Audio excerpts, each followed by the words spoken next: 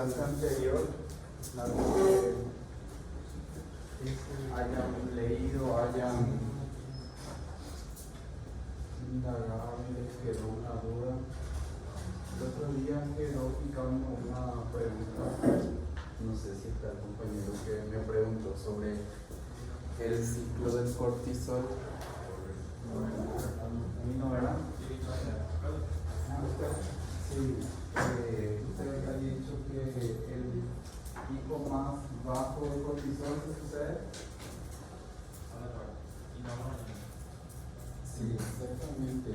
Los picos más altos del cortisol se suceden en horas de la madrugada, alrededor de las 3, las 4 de la mañana, y van descendiendo en horas de la mañana, igual que en horas de la noche, también a partir de las 20 horas. Por eso es que se indica a las 8 de la mañana cuando va bajando para elevar nuevamente, y a las 4 de la tarde para cuando se absorba alrededor de las 20 horas se eleve nuevamente. Esa tiene también su tiempo de absorción y de biodisponibilidad.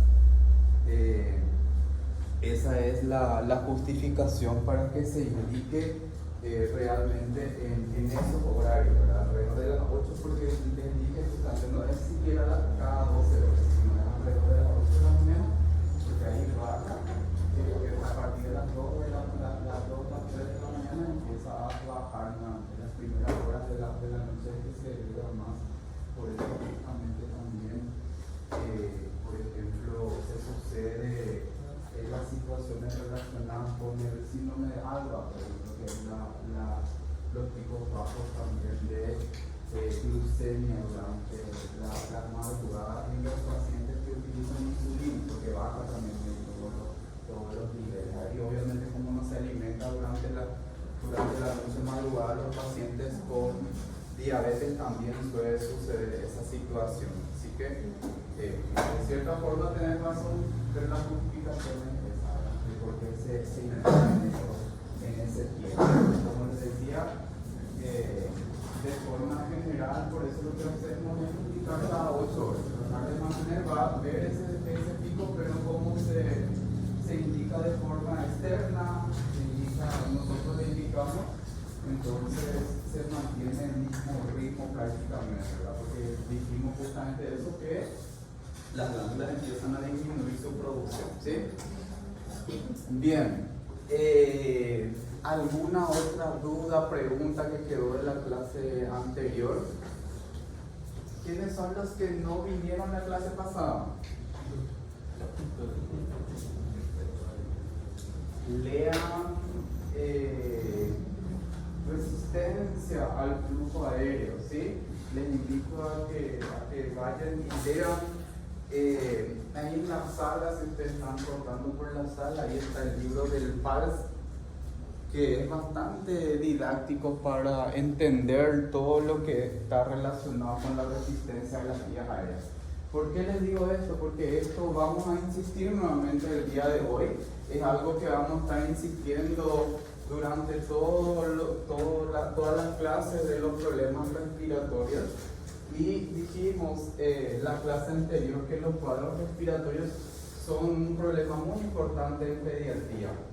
Son una situación bastante delicada. Dijimos justamente una de las causas más importantes de mortalidad es o son los cuadros respiratorios, y ahora van a haber muchos cuadros respiratorios más todavía con estos cambios de clima que son terribles para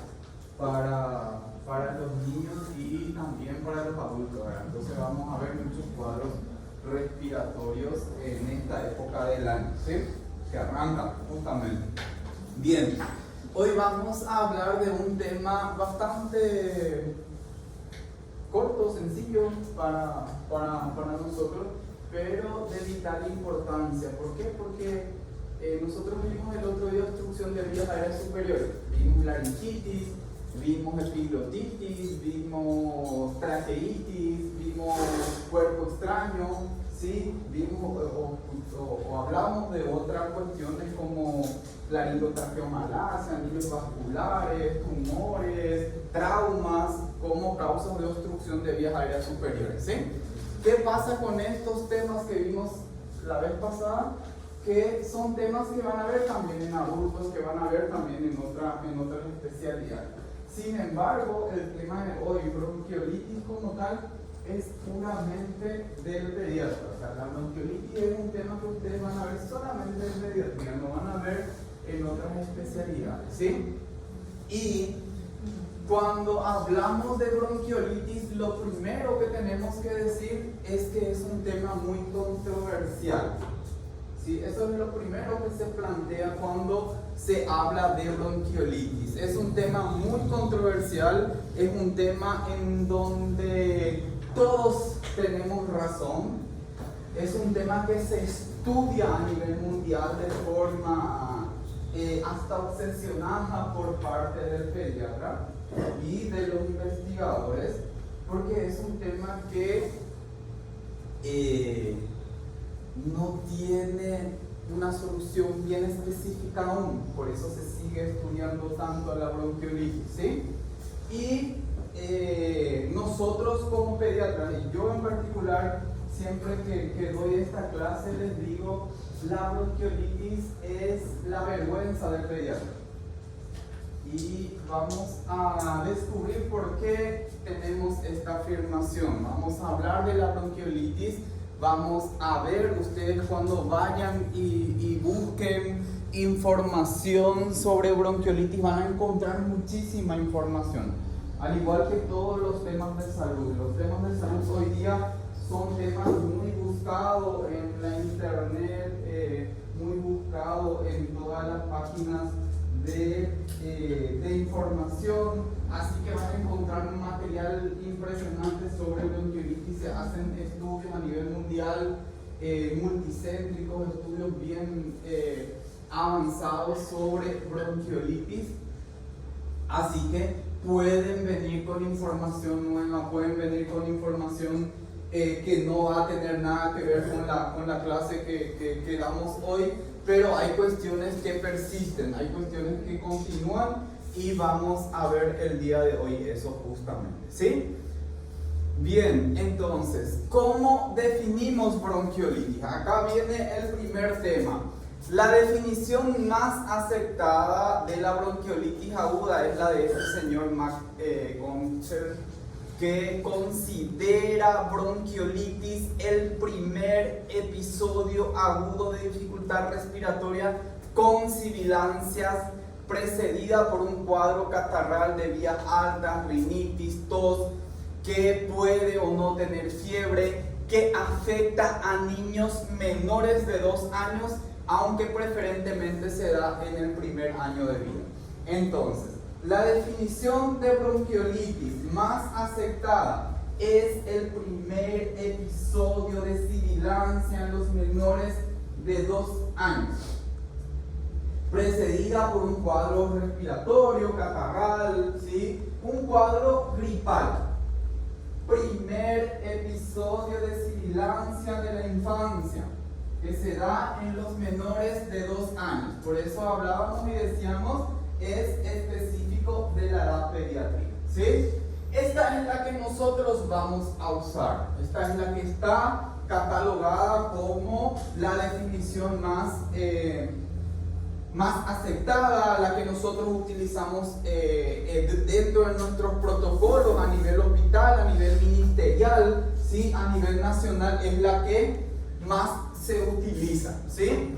Entonces, bronquiolitis, primer episodio agudo de sibilancia en los menores de 2 años, precedida por un cuadro respiratorio alto, ¿sí? Con rinitis, tos, rinorrea, fiebre. Y acá viene otra definición, ¿sí? Les decía, es controversial, es discutido.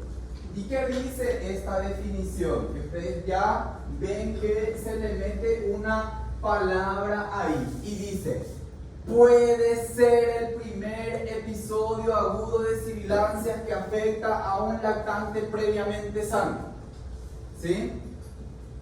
¿Qué diferencia hay con la primera definición? Que acá ya duda que sea solamente el primer episodio. Dice, puede ser el primer episodio. ¿Y por qué dice esto? Porque varios autores hoy día ya plantean que el segundo episodio también puede ser bronquiolitis, el tercer episodio de sibilancias también puede ser bronquiolitis, si se da algunas condiciones, se aísla algún agente causal que produce la bronquiolitis, entonces también ya hablan de que puede ser el segundo, el tercer, el cuarto episodio si se brinda algunas condiciones. Por eso les decía que es discutible, es controversial, y acá ya hablamos de la primera controversia que hay a nivel mundial en relación incluso a la definición de la enfermedad, ¿sí? Habla de inflamación difusa aguda de los bronquios y bronquiolos de naturaleza infecciosa. Se caracteriza clínicamente por fiebre, tos, sibilancias respiratorias, tiraje intercostal, dificultad respiratoria. Esto es común a la definición anterior, ¿sí? Lo que habla diferente es que sí o sí habla de fiebre. Anteriormente en la definición hablábamos que puede haber fiebre o no, entonces hay pequeñas diferencias, pero la más importante es que acá hace dudar de que sea solamente el primer episodio, ¿sí? Esto es relacionado a la definición. Luego vamos a ir viendo lo que es la epidemiología. Dentro de la epidemiología hablamos, es más frecuente en lactantes, en esto coinciden todos, que se da en los primeros 2 años de vida, pero es más frecuente en los primeros 12 meses y suele ser especialmente grave en los menores de 6 meses. O sea, esa franja etaria que nosotros hablamos el otro día, que son un factor de riesgo, los menores de 3 meses, ¿sí? Acá se prolonga un poco y habla de los menores de 6 meses. Tiene un patrón epidémico estacional, otoño-invierno, o sea, ahora empieza a aumentar los casos de bronquiolitis. En la mayoría de los casos es benigna y es autolimitada, o sea que es una enfermedad aparentemente banal, es una enfermedad autolimitada que se cura solo, ¿sí? Que no tiene tanta gravedad aparentemente, ¿sí? Porque nosotros entonces decimos, es un tema muy importante para pediatría, nos preocupa mucho la mortalidad, ¿sí? Incluso dice, el 3% de los lactantes sin factores de riesgo requieren internación. La mortalidad es inferior a 1%, o sea, aparentemente es buenito, no pasa nada, todo tranquilo, pero en la última frase habla, en los pacientes con factores de riesgo la mortalidad global llega a un 30%. O sea, de cada 100, 30 puede morirse si tiene algún tipo de factor de riesgo. Y ahí se vuelve importante, ahí se vuelve grave, ahí se vuelve una situación de salud importante para el pediatra. Entonces, epidemiológicamente, estos son los aspectos que hay que tener en cuenta. Estamos entrando en la época de que se van a suceder los cuadros de bronquiolitis, hay que estar atentos y principalmente hay que estar atentos ante la posibilidad de que los niños tengan algún tipo de factor de riesgo. ¿Cuáles son las etiologías? ¿Cuáles son las causas? Y el mayor causante de la bronquiolitis es el virus sincitial respiratorio. El 75% de los casos que se ingresaron a nivel hospitalario, el agente causal que se aisló es el virus sincitial respiratorio. Entonces, ¿cuál es el agente causal más importante de la bronquiolitis? El virus sincitial respiratorio. Otros agentes etiológicos es la influenza, parainfluenza, adenovirus, rinovirus, paraneumovirus, ¿sí? Y también puede aparecer como causante el micoplasma. Por eso que hablábamos dentro de la definición y decíamos una enfermedad inflamatoria, ¿sí? De etiología infecciosa. No hablábamos solamente de virus, porque también las bacterias pueden estar incluidos, y la que se menciona es el Al-Mycoplasma pneumoniae como causante de bronquiolitis también, ¿sí? No es frecuente, evidentemente no es la causa más importante, y en ese sentido creo que si no lo mencioné la clase anterior, les digo hoy, los agentes causales más importantes dentro de los cuadros respiratorios son los virus. Cuando nosotros hablamos de forma general, ¿cuáles son los agentes causales más importantes que producen enfermedades respiratorias en la infancia? Son los virus, ¿sí? Cuando hablamos en general, ¿sí? La mayoría de los cuadros respiratorios incluso inician como cuadros virales y después se sobreinfectan o se complican con algún tipo de infección bacteriana. La mortalidad se relaciona con eso justamente, con la sobreinfección a nivel respiratorio por agentes bacterianos. Tanto es así que hoy día, por ejemplo, para salir un poco, la influenza A dentro de su protocolo de manejo incluye la utilización de antibióticos. Y vos decís, acá vamos totalmente en contradicción a lo que siempre nos enseñaron, ¿sí? Pues nosotros decimos virus, no antibióticos, ¿cierto? Pero ¿qué pasa? Ustedes son niños todavía, pero en la epidemia grande de influenza H1N1 que nos hizo el primer quédate quieto antes del COVID, ¿sí? Donde se murieron muchas personas por influenza H1N1, H2N2, ¿sí? La influenza A. A partir de ahí, todos los años tenemos que vacunarnos contra la influenza, ¿sí? ¿Qué pasó? Post-mortem se demostró cuál fue la causa más importante de mortalidad en esa pandemia, porque fue a nivel mundial también.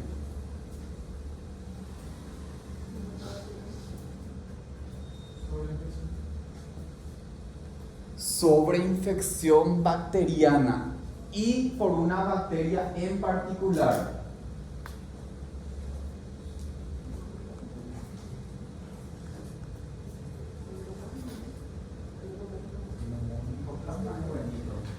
Por suerte. No, otro más malo. Tampoco tenemos bien cubiertos, y más todavía en pediatría, porque tenemos inmunización a nivel mundial. La inmunización es fuerte contra el neumococo. Uno que no tenemos vacuna y que es bastante agresivo. La pseudomonas está más relacionada con infecciones asociadas a los cuidados de la salud. Estos vienen de la comunidad.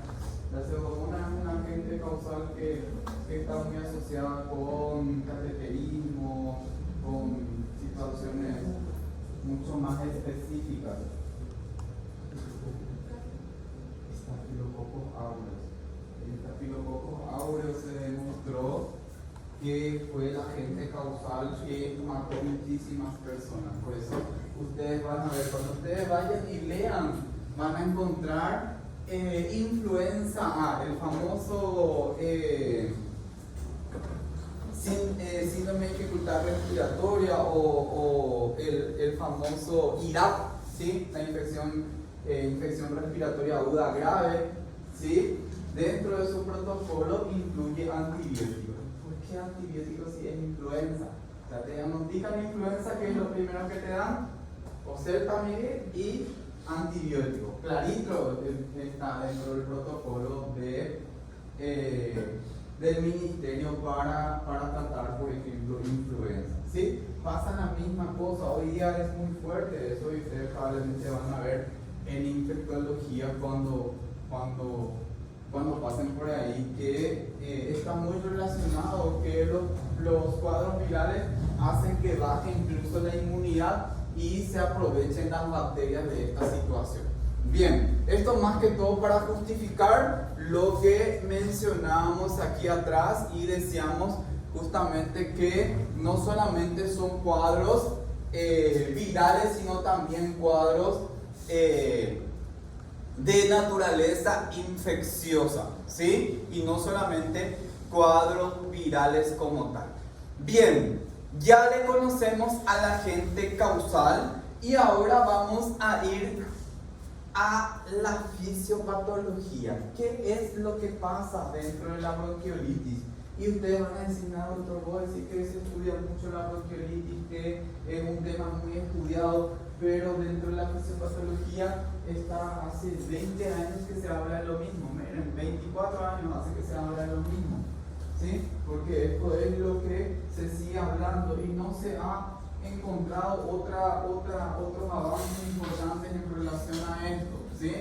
Y vamos a ver, ¿qué hace el virus sincitial respiratorio? Dijimos, el agente causal más importante es el virus sincitial respiratorio, ¿sí? ¿Y dónde afecta? ¿Qué afecta? Afecta los bronquios y los bronquiolos terminales. Por eso, bronquiolitis, inflamación a nivel de los bronquiolos.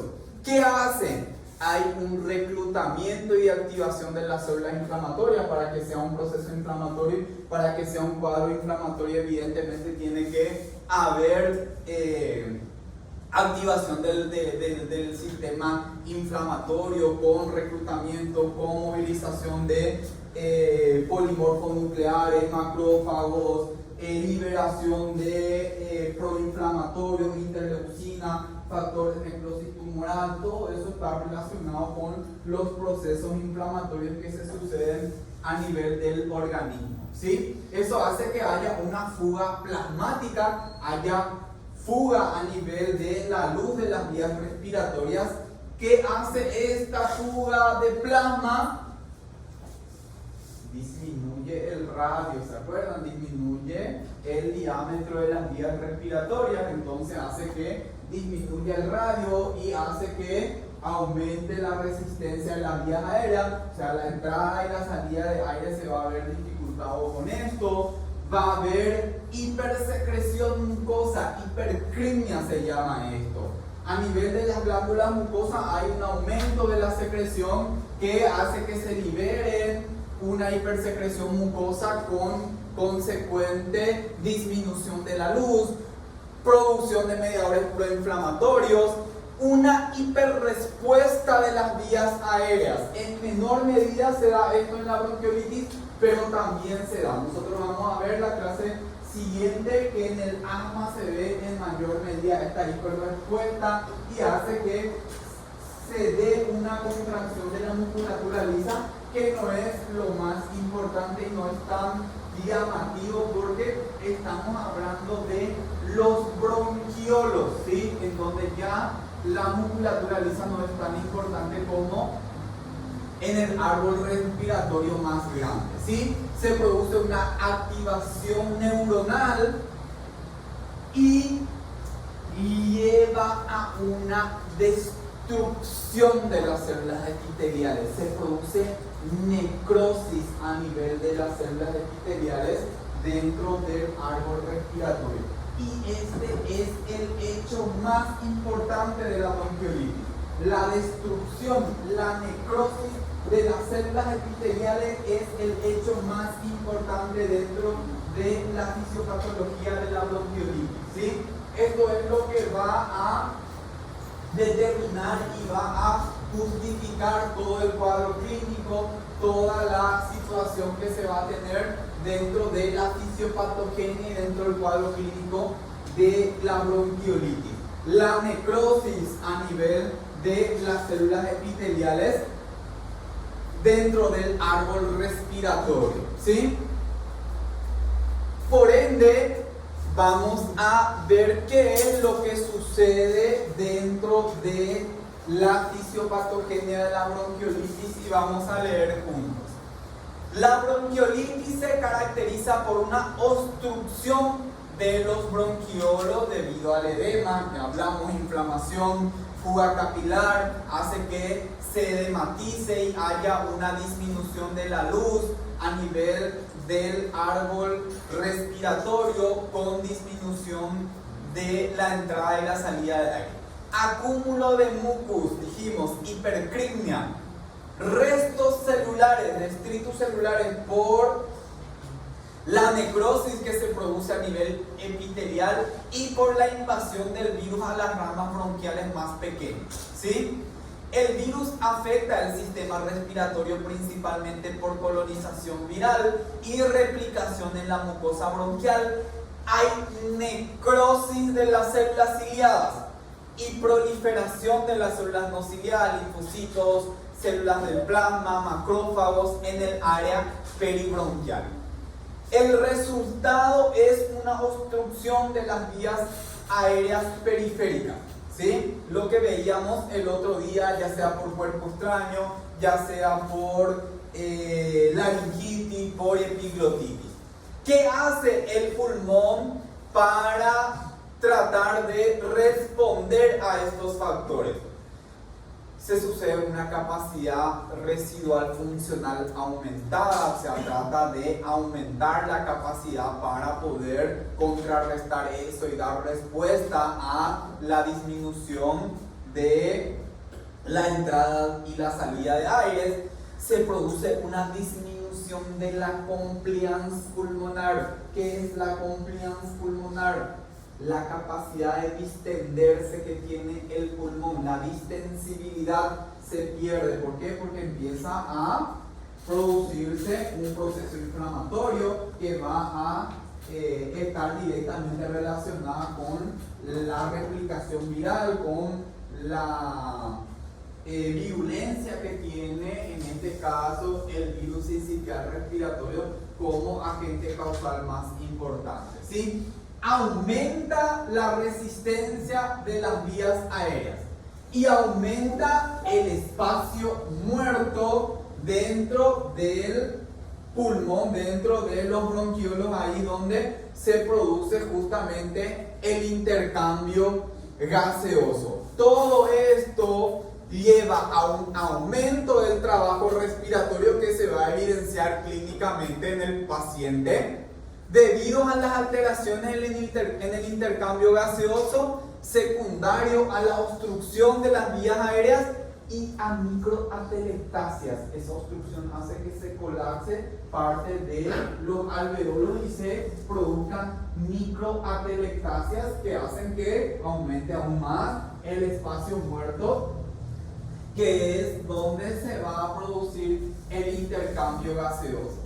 Hay una alteración de la ventilación-perfusión, lo cual lleva a una hipoxemia que ocurre en etapas tempranas del cuadro clínico.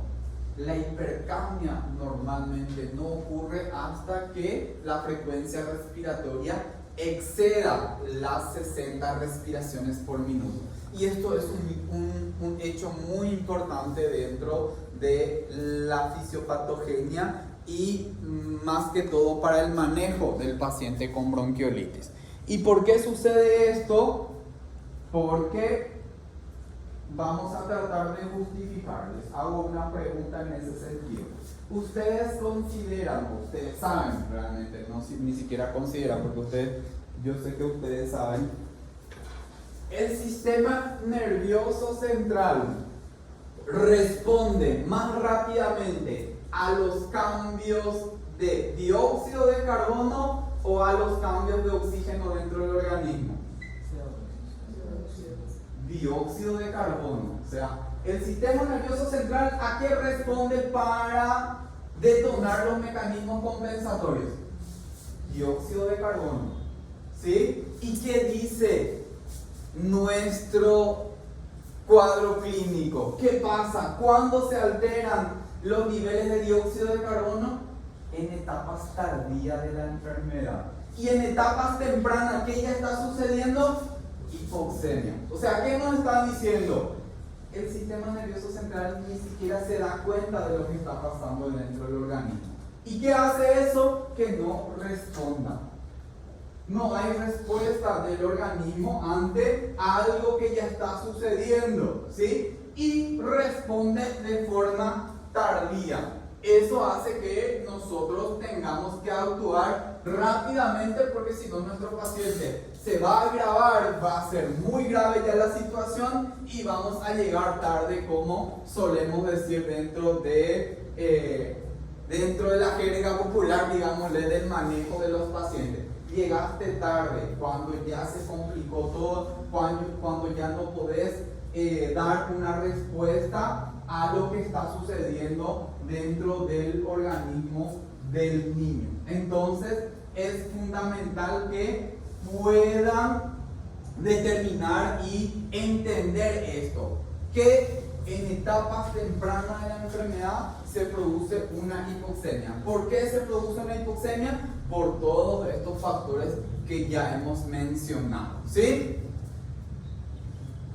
Tratar de justificar esto que estamos hablando tanto, insistiendo tanto, que es el aumento de la resistencia de las vías aéreas por una vía aérea obstruida, broncoconstricción, edema, pérdida de las células ciliadas, necrosis, restos celulares, que hace que se pierda la luz normal de las vías aéreas y se dificulte más la entrada y la salida de aire, que es la entrada y la salida de oxígeno, ¿sí? Más que todo, que hablábamos justamente también en la clase anterior y decíamos que entra menos aire, entra menos oxígeno, la cantidad de oxígeno que entra dentro de las vías respiratorias oscila entre 0.21 unidades internacionales de CO2, ¿sí? Y hace que el paciente caiga en una hipoxemia más rápidamente. ¿Por qué el paciente pediátrico cae en una hipoxemia más rápidamente que los adultos, que decíamos en la clase anterior? No tengo memoria a mediano plazo, porque no se me acuerdo.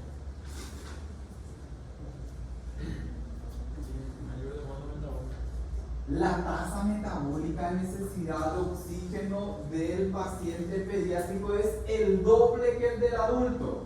Es 2 veces más. Hablábamos de que el niño necesita de 6 a 8 ml kilopeso de oxígeno, a diferencia del adulto que necesita nada más 3 a 4. Entonces rápidamente va a caer en una hipoxemia, rápidamente va a caer en una situación de necesidad de oxígeno. ¿Y cómo se va a relacionar ese con el cuadro clínico? ¿Cómo vamos a mencionar nosotros, cómo vamos a verle al paciente?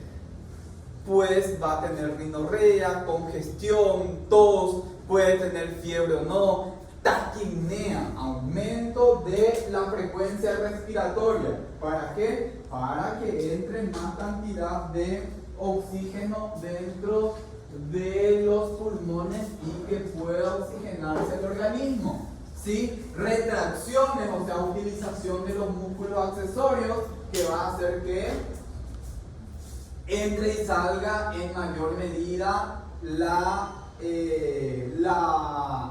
cantidad necesaria de aire para que se pueda oxigenar, ¿sí? ¿Por qué se dan las retracciones? Porque hay un aumento de la resistencia de las vías aéreas y el organismo tiene que luchar para que la inspiración y la expiración se sucedan.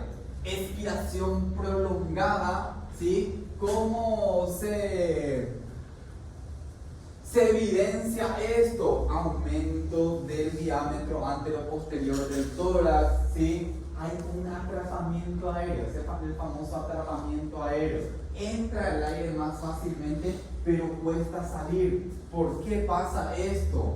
Porque hablábamos justamente que la presión a nivel pleural, intrapulmonar incluso, es negativo, ¿sí? Entonces la entrada de aire es más fácil que la salida en estas situaciones de obstrucción de las vías aéreas inferiores en este caso. Entonces vamos a tener una inspiración prolongada, vamos a encontrar rales, ¿sí? Y en ese sentido vamos a encontrar sibilancias y crepitantes, incluso podemos encontrar. ¿Por qué? Porque dijimos, hay inflamación, hay fuga plasmática, ¿sí?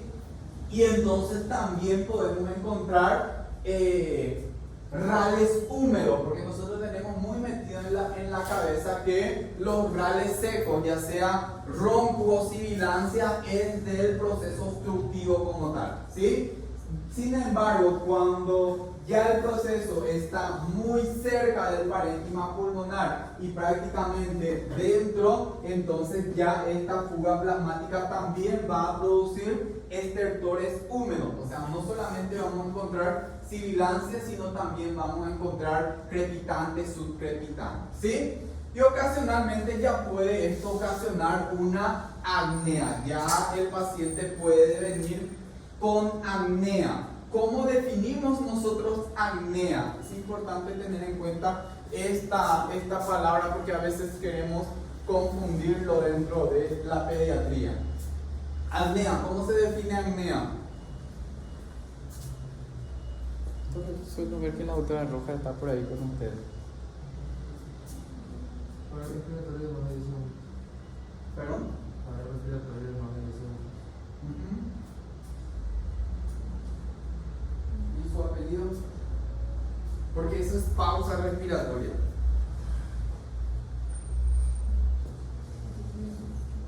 Eso es muy característico del prematuro y hace una pausa respiratoria. Deja de respirar 10, 20 segundos, deja de respirar, después te va allí, le toca respirar nada más. ¿Sí? Es muy característico del prematuro, donde el sistema nervioso central no está bien desarrollado todavía, el centro respiratorio. La enfermera te dice: mira, doctor, se olvidó de respirar tu paciente, te dice, ¿verdad? Por eso que es importante diferenciar la pausa respiratoria de la apnea. ¿Quién da más? Está bien lo que dice el compañero, le falta nomás su complemento para definir justamente apnea. El tema es que eso es más difícil de demostrar, hay que hacer una gasometría, o sea, va a ser muy difícil de definir entonces apnea. Ahí ya tenemos un silencio respiratorio. La clase pasada estuvimos hablando de eso, el silencio respiratorio.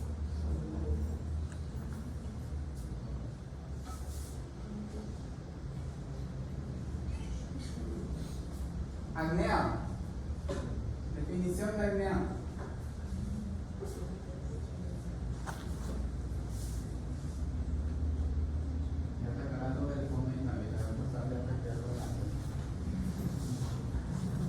Apnea.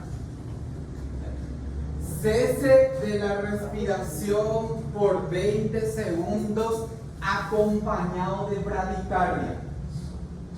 ¿Sí? Tiene que ir acompañado de bradicardia para hablar de apnea. ¿Sí? Después viene la hipoxia, después viene la disminución de la saturación, incluso puede haber hipotensión, ¿sí? Si es una apnea secundaria, porque después ya tenemos que hablar de apnea primaria, apnea secundaria, podemos hablar de apnea mixta, apnea obstructiva, apnea central, o sea, hay varios tipos de apnea, pero de forma general la definición es cese de la respiración por 20 segundos acompañado de bradicardia. ¿Sí? Si hay un cese de la respiración por 10 a 20 segundos sin bradicardia, ¿de qué estamos hablando? Pausa respiratoria. ¿Sí? Entonces, para definir, se ve mucho en neonatología, por eso les hablaba. Y la pausa por lo menos es muy característico del niño prematuro, ¿sí? Que vamos a ver también qué importancia tiene.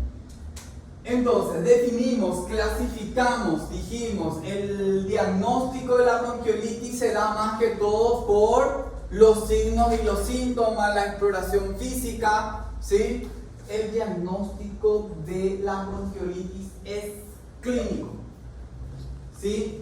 Por definición, primer episodio de sibilancia en los menores de 2 años, encontramos estos signos, estos síntomas, buscamos hacer una exploración y podemos dar el diagnóstico de bronquiolitis.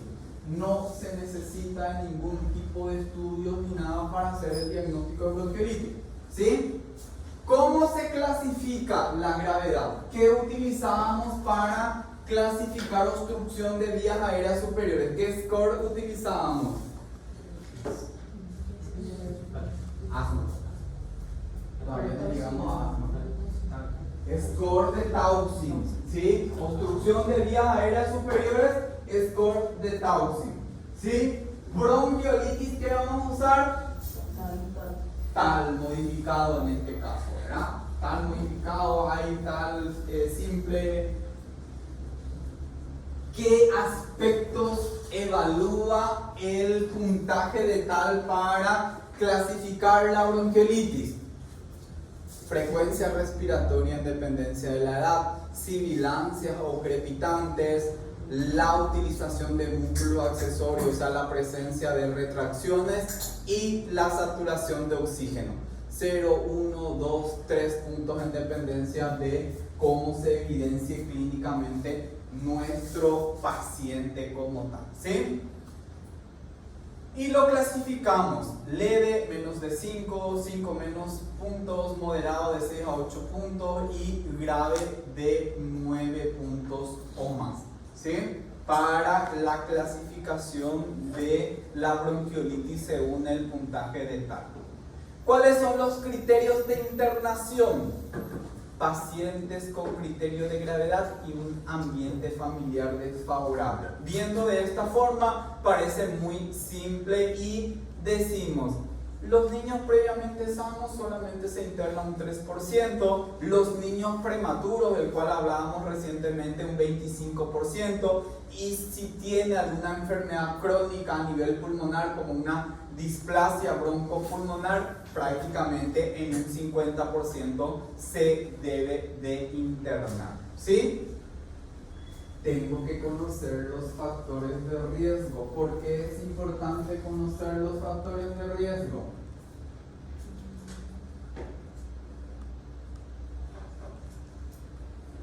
¿Por qué tengo que saber los factores de riesgo? ¿Por qué es de suma importancia conocer los factores de riesgo? Porque aumenta la mortalidad de forma exponencial, 10 veces más, 30 veces más, porque 1% nomás es la mortalidad en pacientes sanos. Sin embargo, llega a un 30% si tiene factores de riesgo. ¿Cuáles son los factores de riesgo que tengo que considerar? Menores de 3 meses, esto es un grupo de riesgo para todas las enfermedades prácticamente.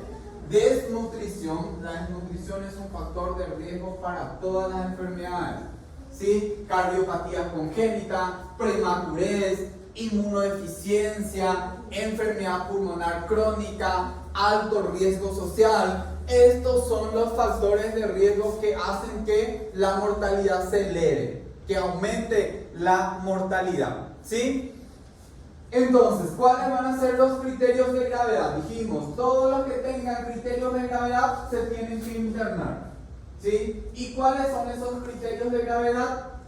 Que tenga un factor de riesgo, ya es un criterio de gravedad. O sea, todos los niños que tengan factores de riesgo se tienen que internar.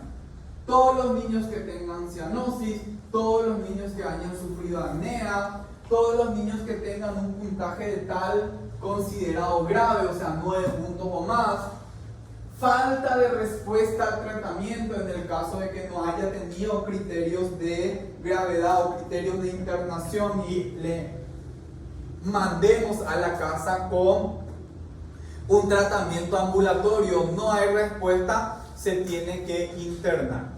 Imposibilidad de alimentarse es también un criterio de internación, ¿sí? Bien, ¿cuál va a ser el tratamiento? ¿Cómo vamos a tratar a la bronquiolitis? Pues vamos a empezar o vamos a tratarlo con las medidas generales. Hidratación, una buena hidratación es clave para poder mejorar la bronquiolitis. Monitorización de los signos vitales, frecuencia cardíaca, frecuencia respiratoria, saturación, oxigenoterapia, dijimos, oxigenoterapia en etapas tempranas de la enfermedad. ¿Por qué? Porque hablábamos dentro de la fisiopatogenia que la hipoxia se sucede en etapas tempranas de la enfermedad, ¿sí? Alimentación, no dejar de alimentar al paciente, ¿sí? Que tenga tolerancia a la vía oral. Aspiración de secreciones, aspirar las secreciones con una perita de goma, con un aspirador y una posición correcta, la posición de olfateo para que se rectifique las vías aéreas y entre y salga en mayor medida el aire, el oxígeno dentro de las vías aéreas de los niños. Esto es la base del tratamiento de la bronquiolitis. ¿Y qué dicen ustedes? ¿Qué opinión les merece si yo les digo, este es el tratamiento de la bronquiolitis y nada más que eso?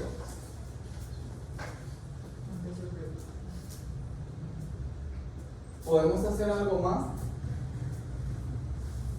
¿Harías algo más? No, no harías nada más.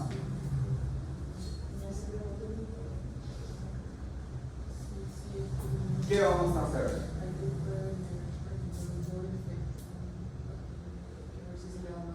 Antibiótico, le vas a hacer antibiótico. Bien, genial.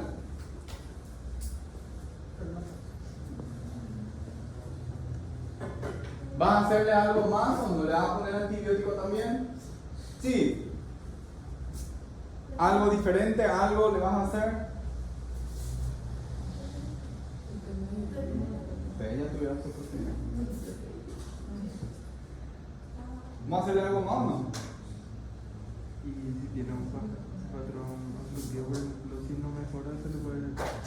Y tiene los criterios de asma. ¿Qué vamos a hacer? Salbutamol, le vas a hacer salbutamol. Vamos a poner antibiótico, vamos a poner salbutamol.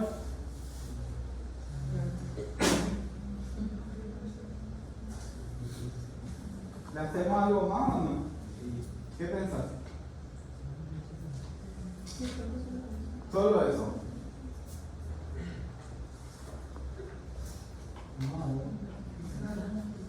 Le vas a poner vacunas. ¿Qué vacuna le vas a poner? Viene al bebé, es enferma y al bebecito y vos le quieres vacunar. La mamá te va a decir, no, pero ¿por qué le vas a vacunar? Porque está lo enfermo. Bueno, me parece genial. ¿Vos también le vas a poner otra vacuna? No.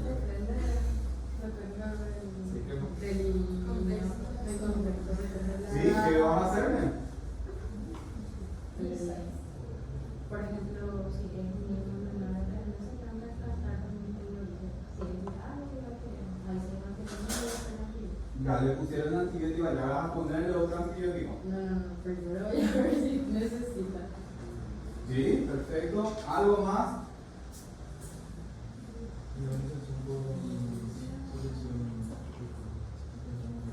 Van a hacerle nebulización con suero fisiológico hipertónico. Bien.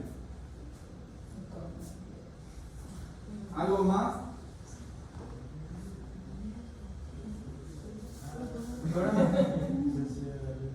¿Algo más? Vamos a hacerle adrenalina. Vamos a hacerle adrenalina. Vamos a hacerle salbutamol, antibióticos. No va a hacerle más nada. No, nada más. No. ¿Ustedes le van a hacer algo más? ¿Vamos a hacerle algo más? No. Nada más. Nadie más le va a hacer nada.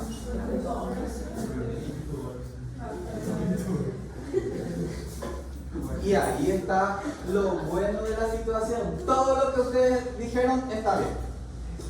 Eso es lo bueno de la bronquiolitis. Pero les voy a plantear otra cosa.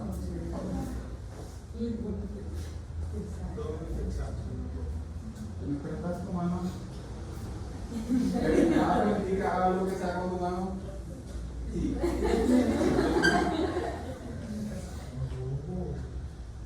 Tengo esta mano necrosada. ¿Qué hago con la mano?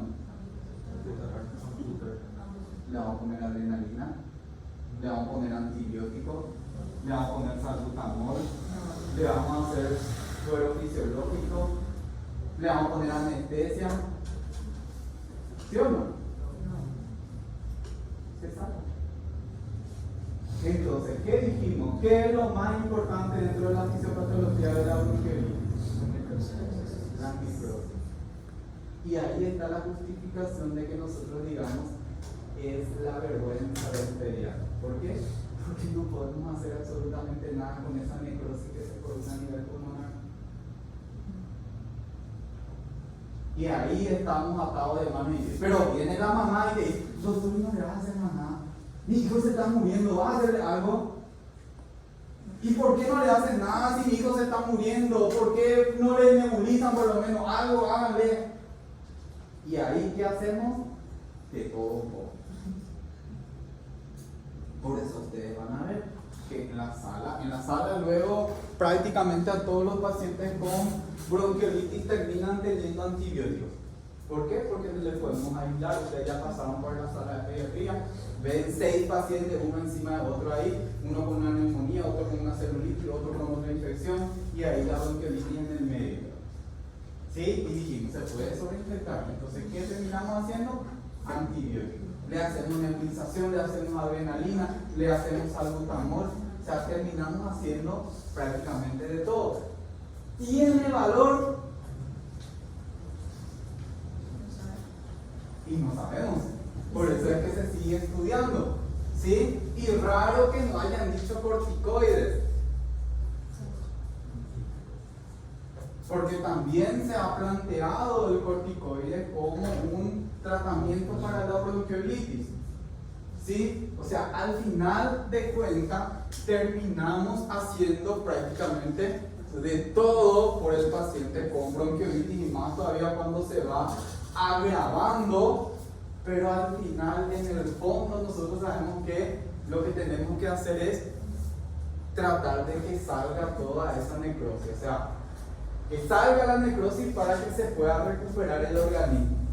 ¿Sí? ¿Y cómo voy a lograr eso? Hidratando bien para que se fluidifique esas secreciones y pueda ir saliendo, posicionándole correctamente, aspirando y sacando esas secreciones. Entonces, por eso les decía, esto es la base del tratamiento de la bronquiolitis, ¿sí? Oxigenando para que no caiga en una hipoxemia rápidamente, ¿sí? Hidratando para que no haya una acidosis metabólica más rápida de lo que puede suceder si no tiene una buena hidratación. O sea, todo eso es parte clave del tratamiento. ¿Se puede hacer el resto? Se puede hacer, y vamos a ver qué es lo que nos plantea los protocolos de manejo de la bronquiolitis. Y en este punto, este es el protocolo del Ministerio de Salud. O sea, este es el protocolo que rige a nivel país. Pero yo siempre les digo esto ante la situación de que ustedes vayan y migren a otro o trabajen en otro hospital. Y esto no solamente para bronquiolitis, ¿sí? Si ustedes van y trabajan en un hospital, lo primero que tienen que hacer es socializar o interiorizarse de los protocolos que se utilizan a nivel del hospital. Nosotros tenemos nuestro protocolo de manejo de bronquiolitis en el hospital, ¿sí? Y te vas a otro hospital y tienes un protocolo. Y te vas a otro hospital y tienes un protocolo. ¿Por qué? Porque los protocolos rigen para el hospital en donde uno trabaja. ¿El Ministerio de Salud Pública nos da un protocolo? Sí, pero nosotros podemos adaptar eso a la realidad que nosotros tenemos, ¿sí? Por eso van a ver que algunos protocolos van a variar y van a ser diferentes en algunos aspectos entre un hospital y otro. Bien, ¿qué dice el protocolo del Ministerio? Definición de caso: primer episodio de sibilancia precedida de rinorrea en un niño menor de 2 años. ¿Cuáles son los síntomas que van a presentar? Sibilancia, tos, retracciones, cambio de coloración, aleteo nasal, taquipnea, esfuerzo respiratorio, fiebre, signos de deshidratación. Incluso ya puede tener este paciente cuando acude con nosotros por bronquiolitis, ¿sí? Vamos a plantear y vamos a clasificar la gravedad según el puntaje de tal modificado, en donde vamos a ver la frecuencia respiratoria. En los menores de 6 meses, 0 puntos si tiene menos de 40 respiraciones por minuto. 1 punto de 41 a 55 respiraciones por minuto, 2 puntos de 56 a 70 y 3 puntos más de 70 respiraciones por minuto en el menor de 6 meses. En los mayores de 6 meses, menos de 30, 0 puntos, de 31 a 45, 1 punto, de 46 a 60, 2 puntos y más de 60 respiraciones por minuto, 3 puntos. La presencia de sibilancias o crepitantes. Sibilancias no hay, 0 puntos. Sibilancias solo en la expiración, 1 punto. Sibilancias inspiratorias, expiratoria audible con estetoscopio, 2 puntos. Sibilancias expiratorias audible incluso sin estetoscopio, 3 puntos. Retracciones, leve subcostal, intercostal 1 punto, moderada intercostales 2 puntos. Intensa, intercostales, supraesternal, cabeceo, aleteo nasal, 3 puntos. Y los niveles de saturación 0, 1, 2 y 3 puntos en dependencia de los niveles de saturación que me dé el saturómetro. Dijimos, vamos a clasificar y vamos a valorar. Primeramente, ¿qué vamos a hacer? ¿Qué vamos a hacer? Triángulo de evaluación pediátrica, evaluación primaria. Vamos a decir, ¿está estable o está inestable? ¿Sí? Si está estable, vamos a ver y vamos, si se clasifica como leve, o sea, tiene un puntaje menor a 6, el tratamiento es ambulatorio. ¿Sí? Garantizar aporte hídrico, aspiración de secreciones con irrigación nasal, con suelo fisiológico o suelo fisiológico hipertónico. Si hay patrón obstructivo, salbutamol al alta, 2 PAS cada 4 a 6 horas con reevaluación periódica cada 24 horas. Educación a los padres sobre las pautas de alarma y evitar ambientes fríos y secos. ¿Sí? Ese cambio de temperatura, lo que es muy dañino para estos cuadros respiratorios. Son niños que están dentro del aire, después salen afuera y vuelven a entrar. Eso es muy dañino, los cambios bruscos de temperatura. ¿Sí? Bien. Está inestable, estabilizar con suelo fisiológico hipertónico nebulizado al 3%. ¿Sí? Tiene factores de riesgo. Si tiene factores de riesgo, ¿qué íbamos a hacer?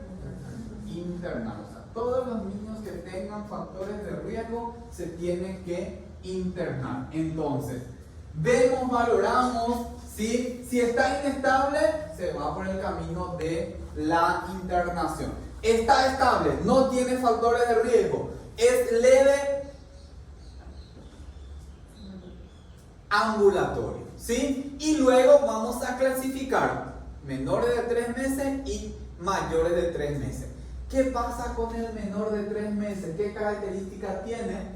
Que se tiene que internar sí o sí, independientemente de si es leve, moderado o grave. ¿Por qué?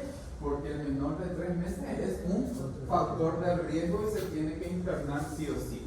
Entonces, el menor de 3 meses, si es leve, moderado o severo, se interna. ¿Qué hacemos? Garantizar aporte hídrico con vía oral, sonda orogástrica, sonda nasogástrica o eventualmente endovenoso según la tolerancia, severidad y el estado de hidratación. Administrar oxígeno si la saturación está por debajo del 92% para mantener una saturación entre 92 y 95%. Ojo con esto, ¿sí? Porque hablábamos el otro día y creo que mencionamos. A nosotros los pediatras la saturación del 100% no nos gusta, no queremos que el niño sature 100%. ¿Por qué razón?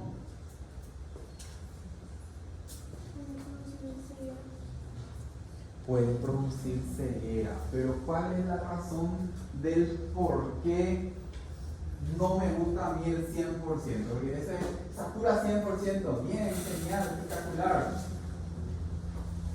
Todos cuando vemos saturar 100%, mira, está saturando súper bien. Pero ¿cuál es el temor? ¿Cuál es el problema? La compañera ya nos dijo, puede producir ceguera. ¿Qué es lo que produce ceguera? Cuando le quitas el oxígeno. ¿Perdón? Cuando le quitas el oxígeno. Porque ahí, como el niño se acostumbra al 100%, después piensa que está en hipoxia, entonces empieza a producir factores de crear secretos. Para crear bacterias nuevas. Por la razón. ¿Razón? Radicales libres. Te escuché, pero- Radicales libres. Por la creación. La peroxidación, o sea, en realidad lo que produce la ceguera es el aumento mantenido de oxígeno. ¿Sí? ¿Y por qué no nos gusta el 100%? Porque ese 100% ¿qué es lo que nos garantiza? ¿Qué es la saturación del 100% que nosotros vemos en el saturómetro? ¿Qué es lo que nos está diciendo?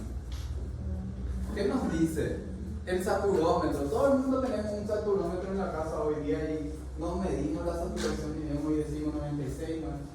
¿Qué es lo que nos dice?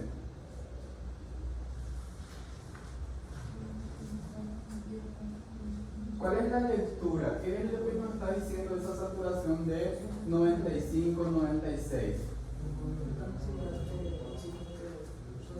Nos habla de la saturación de hemoglobina, no nos habla del nivel de oxígeno dentro del organismo. Eso es lo primero que tenemos que definir.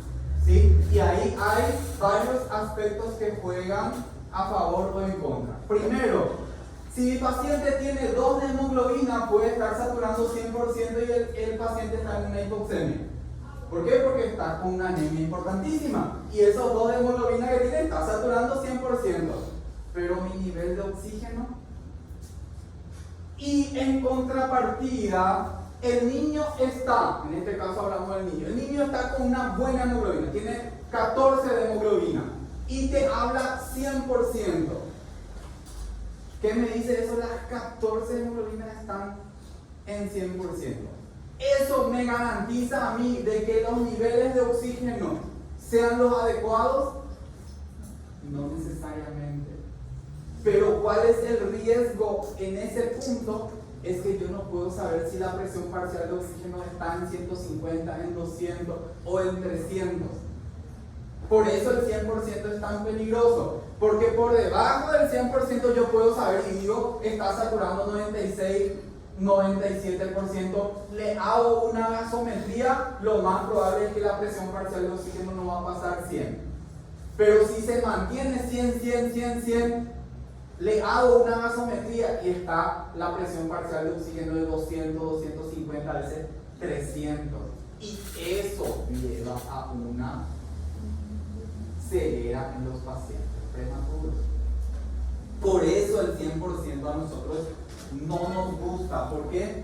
Porque puedo estar por encima de lo que necesita el paciente. Entonces, ¿qué es lo que nos va a definir el nivel de oxígeno dentro del organismo? La gasometría. La gasometría es lo que nos va a decir la presión parcial de oxígeno que se encuentra dentro del organismo. ¿Sí? Por eso ustedes van a ver, todos los protocolos dicen mantener saturación entre el 92 y 95%. ¿Sí? Nunca va a decir vamos a llegar al 100%. ¿Sí?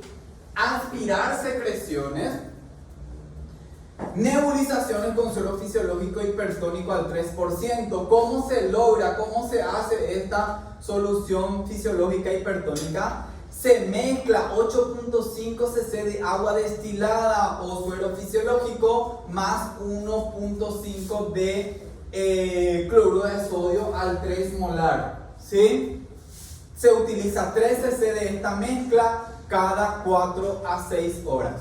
¿Sí? Lo que hablaban de descartar infección bacteriana, solicitar hemograma, PCR, velocidad de eritrosedimentación, ¿sí? Solicitar una radiografía, ¿sí? Cultivos, si el paciente presenta algún indicio de infección o algún tipo de afecciones que pueda justificar este cuadro infeccioso. Si no mejora, hay empeoramiento progresivo, volver a evaluar y tomar otras medidas, ¿sí? Entonces, en el menor de 3 meses, independientemente de si es leve, moderado o severo, esta va a ser la conducta, ¿sí? En el mayor de 3 meses, leve, ¿qué vamos a hacer? Tratamiento ambulatorio, confort del paciente, garantizar un aporte hídrico, ¿sí? Según tolerancia, severidad y estado hídrico, administración de oxígeno si satura menos del 92% para mantener una saturación entre el 91 y 95%, aspiración de secreciones previa irrigación nasal con suero fisiológico, nebulización con suero fisiológico hipertónico. Moderado. Pautas del grado leve, o sea que si mi paciente viene con un cuadro obstructivo y yo lo clasifico como moderado, sí o sí tengo que hacer lo que tenía que hacer en el leve, ¿sí? No se olviden de eso. Los protocolos son escalonados. Primero se hace lo que está contemplado en el leve y después se pasa para el moderado, ¿sí? Considerar si hay patrón restrictivo, aspiración de secreciones, ver la saturación de oxígeno. Si hay un patrón obstructivo, podemos hacer salbutamol 2 cada 20 minutos por 1 hora. En caso de buena respuesta, considerar como alternativa terapéutica. Nunca a horario, si no responde, no administrar nuevamente. Esto es lo que llamamos prueba terapéutica. O sea, le probamos, funcionó, le dejamos. Le probamos, no funcionó, le sacamos. Prueba terapéutica de los medicamentos. Por eso les decía, todo lo que ustedes están diciendo está bien. Se hace una prueba terapéutica y consideramos, ¿sí?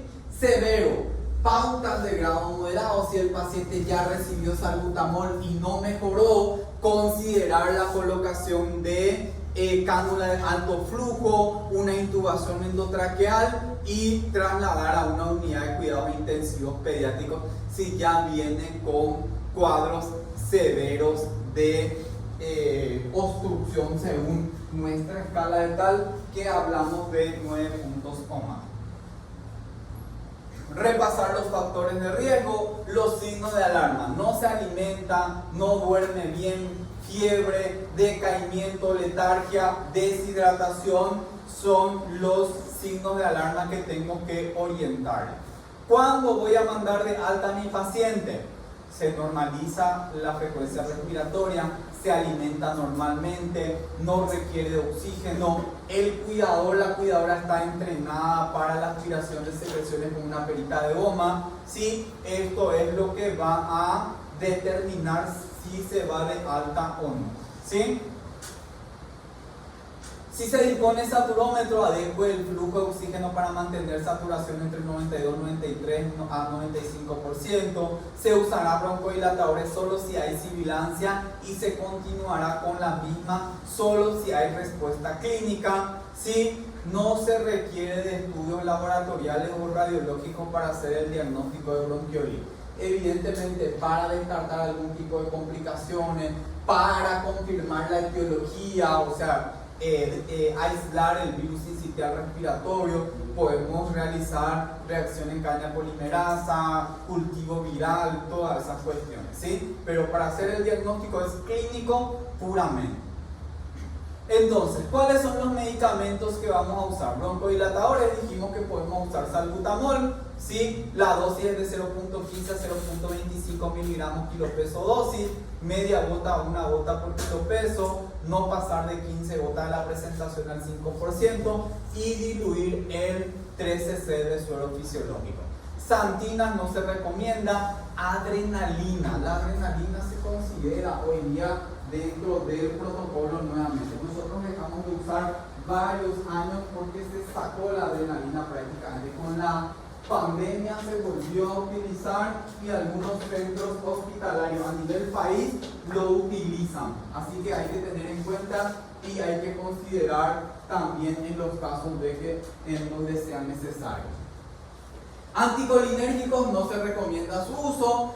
Corticoides sin beneficio clínico en la fase aguda ni en la evolución posterior. Efectos colaterales bien definidos. ¿Sí? Voy a hacer un paréntesis en relación a los corticoides, porque pueden encontrar en alguna literatura que los corticoides se incluyen dentro de los protocolos. ¿Y por qué pasó esto? Los corticoides no se usaban en la bronquiolitis. ¿Sí? Luego se hizo un estudio multicéntrico muy grande a nivel mundial, encabezado por el grupo respiratorio de la Sociedad Española de Pediatría. ¿Sí? Y se hizo un estudio muy grande a nivel mundo, con muchos centros involucrados, y después de 5 años de estudio ellos sacaron un informe preliminar y dijeron: el 50% de los pacientes responden a los corticoides. ¿Quiénes?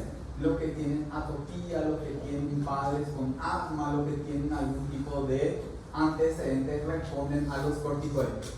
¿Sí? Y 50% no responden. ¿Qué pasó después de ese informe? Le metimos corticoides a medio mundo. ¿Por qué? Porque era una herramienta que teníamos y, bueno, valorábamos ahí. ¿Tosés alguna? Métele corticoides al vecino, ¿verdad? ¿Tenés algún antecedente? Si la vecina es amática, métele corticoides.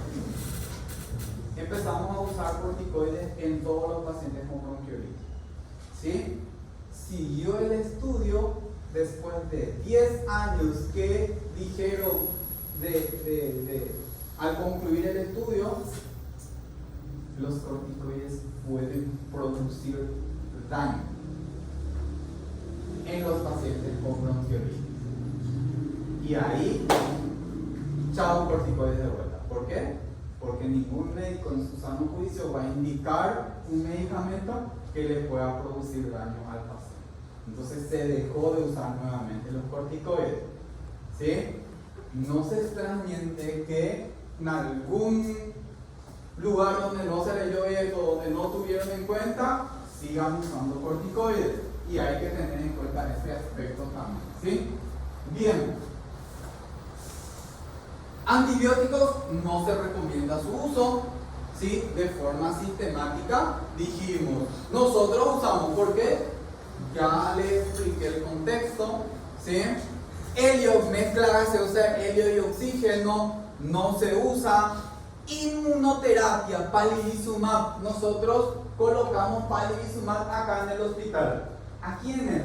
A los niños prematuros, a los niños cardiópatas.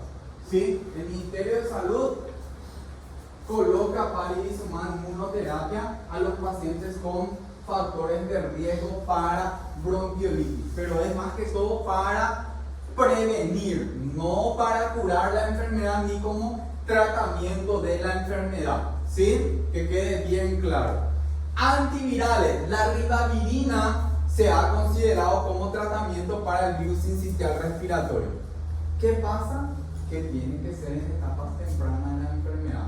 Después de 2 o 3 días ya no tiene ningún valor, ya el virus sincicial respiratorio causó todo el daño, ya necrosó todo lo que tenía que necrosar y prácticamente no tiene valor. Y esto se aplica realmente a todos los cuadros virales. El uso de los antivirales tiene que ser precoz, rápido. Después ya no tiene valor prácticamente el uso de los antivirales en las afecciones virales. ¿Sí? Medidas de control de la bronquiolitis, vigilar posibles signos de empeoramiento con dificultad para respirar, tomar temperatura varias veces al día, asegurar que tome líquido por la boca si no tolera ofrecer pequeñas cantidades frecuentemente, prohibición de fumar en el domicilio, si presenta obstrucción nasal se puede realizar lavado con suero fisiológico y aspirar, no deberá ir a la guardería, procurar un ambiente tranquilo, la postura del lactante tiene que ser una posición semisentada. Si la evolución es buena, se recomienda control sistemático por pediatría cada 24 o 48 horas. Esto es las orientaciones que se dan a los padres de niños con pacientes con bronquiolitis. ¿Sí? Estos son otros protocolos que se utilizan a nivel nacional. Yo quería socializar con ustedes desde el 2016 de la Sociedad Paraguaya de Pediatría. Leve, manejo del hogar, enseñar y reconocer signo de alarma, enseñar cómo aspirar, lactancia materna, posición semisentada, control cada 24 horas. Moderada, manejo del servicio, posición cómoda, oxígeno, alimentación, hospitalización, nebulizaciones con suero fisiológico hipertónico. Ven que no ha cambiado prácticamente. Grave, de 9 más puntos, manejo hospitalario, posición cómoda, aspiración de secreción, de sonda abierta, máscara de oxígeno por reservorio. Esta es la máscara de alto flujo con sistema de no reinhalación, hidratación parenteral. Y esta palabra es la que yo quiero rescatar de este protocolo para que ustedes entiendan un poco. Y dice terapia de escalación. ¿Qué es la terapia de escalación? La terapia de escalación lo han instaurado los infectólogos. Los infectólogos de la Academia Americana de Pediatría son los que inicialmente han planteado la terapia de escalación. ¿Y qué significa? Tengo un cuadro infeccioso a neumococo. ¿Sí? ¿Qué debo de hacer? Iniciar con penicilina, después no mejora, le agrego amoxicilina, ampicilina, cefalosporina, no responde vancomicina, piperatazo, colistina, ¿sí? Escalado. No tengo un neumococo y directamente voy a vancomicina. Esa es la terapia de escalación. Los infectólogos lo manejan muy bien. Tengo una infección, ¿qué es lo primero que tengo que hacer? El antibiótico más sencillo, más básico, ¿sí? Para después ir subiendo, ¿sí? Y eso es lo que se plantea. ¿Qué nos da esta palabra dentro de los protocolos?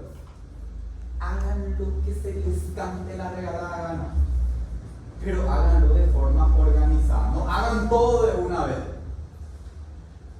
Hagan una nebulización con suero fisiológico primero, agréguenle después salbutamol, no responde, sáquenle, háganle adrenalina, no responde, sáquenle. O sea, hagan pruebas terapéuticas pero de forma escalonada. Eso es lo que nos dice esta palabra, o para eso se brinda esta palabra dentro del protocolo.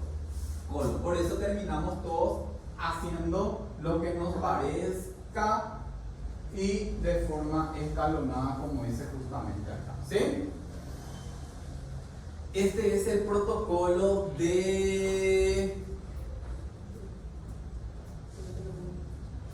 creo que es del Hospital Nacional o del IMT, ¿sí? Prácticamente lo mismo, hablan de la misma cosa, hablan de salbutamol, patrón obstructivo, salbutamol, nunca horario, usan la misma cosa. Esto se planteó en épocas de COVID, ¿sí? Este es el protocolo, creo que es del IMT, ¿sí? Ellos le dan mucho valor a la cánula de alto flujo, ¿sí? En los cuadros graves plantean, y esto es lo que quería mostrarles, valorar nebulización con suero fisiológico más adrenalina, ¿sí? En el hospital de Asunción, este es del IMT, acá está, este es del IMT y este es del Hospital de Clínicas, ¿sí? Prácticamente usan lo que el ministerio plantea. Sin embargo, el Instituto de Medicina Tropical habla de adrenalina dentro de su protocolo. Y estamos hablando de protocolos de hospitales de un mismo país. O sea, para muestra un botón. Ellos hacen una cosa, nosotros hacemos otra cosa. Hay uno al lado, clínica, IMT, hacen diferentes, ¿sí? Entonces, vuelvo al principio de la clase y les digo, es muy controversial, ¿sí? Es muy discutido todo el tratamiento que se hace a nivel incluso nacional, ¿sí? Entonces no se extrañen de que alguien use adrenalina dentro del protocolo y te digo, no, yo uso el IEM, o yo uso el protocolo del IEM. ¿Qué pasa en esas cuestiones? Y esto ya es algo técnico para ustedes. ¿Cómo se valida un protocolo dentro de un hospital? Se reúnen las personas que más saben sobre el tema, ¿sí? Y empiezan a hacer una revisión, ven un protocolo que más se adapta al hospital, plantean al encargado del servicio, el jefe del servicio firma, pasa a la dirección de docencia del hospital y el director de docencia, el director del hospital y el director médico firman y ese protocolo es el que se usa dentro del hospital. Esa es la forma de validar un protocolo a nivel hospital. Obviamente eso tiene que ser avalado científicamente por artículos y por libros para que pueda ser útil, ¿verdad? Bien, dudas, preguntas de bronquiolitis. ¿Se van confundidos de bronquiolitis? Yo quería que digan sí, porque eso le va a dar pauta que vayan a leer como locos de lo que está todas estas cosas que... Bueno, ¿no hay duda de bronquiolitis?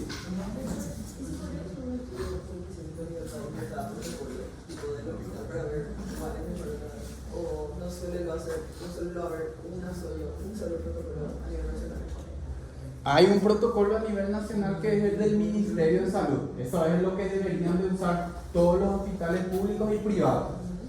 Las normas que salen del ministerio es lo que nos sirve a nosotros como guía para todo el país, tanto a nivel privado como a nivel público. El problema es la valoración, como yo digo que esto responde o esto no responde. Y la verdad verdadera de la cuestión es que tanta gente en el mundo está haciendo esto que nosotros tipo ya nos sentamos más a esperar a ver qué nos dicen, ¿verdad? Porque sabemos de las limitaciones de nuestros hospitales también, ¿verdad? Y más todavía de las limitaciones que tenemos a nivel de hacer investigaciones y eso. Nosotros ahora mismo, que es lo que mejor estamos en ese sentido, es el aislamiento viral. O sea que todos los pacientes con bronquiolitis, ¿cuál es el virus que predomina, por ejemplo, ¿verdad? En ese sentido, se tiene datos. Anteriormente ni siquiera eso no teníamos, no sabíamos ni cuáles eran los agentes causales que producían bronquiolitis. Y ahora lo que viene es cruzar los dedos que los cuadros de bronquiolitis no sean graves, porque ese es un problema. Por eso ya les decía, es la vergüenza del pediatra, porque no sabemos qué hacer, no sabemos cómo manejar, no hay un medicamento que diga, le pones esto, cuesta, no sé, 50 millones cada ampolla, pero le pones esto y se va a curar, bienvenido sea, ¿verdad? Pero no tenemos. Ese es el problema mayor que tenemos en relación a la bronquiolitis. Sería lo ideal.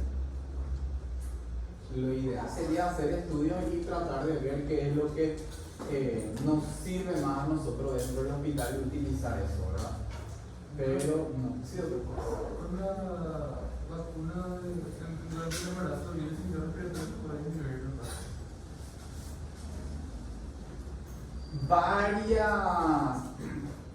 Varios estudios relacionados en eso está también planteado, pero no se ha visto la disminución en los países que usan de forma sistemática. Nosotros lo usamos en nuestro país, pero no se ha visto la disminución por el tema de la transmisión más que todo.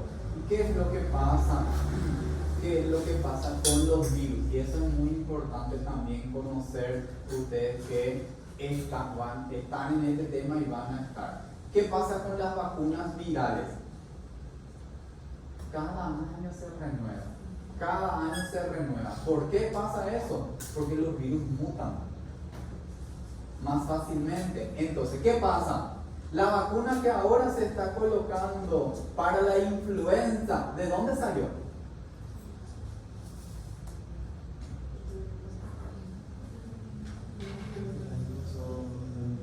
Del invierno de los europeos.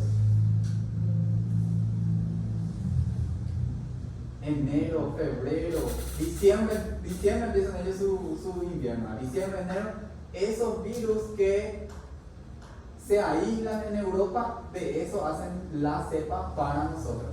Pues se supone que esos son los que van a llegar en el invierno de nosotros. Por eso que cuando vienen las vacunas, abril. ¿Se entiende? Entonces todos los años, ¿qué pasa? En el embarazo vos le pones y después a los 6 meses, un año ya no le sirve, vuelve pues otra cepa la que está, puede estar inmunizado contra esa cepa, pero las otras cepas ya son las que están produciendo la infección.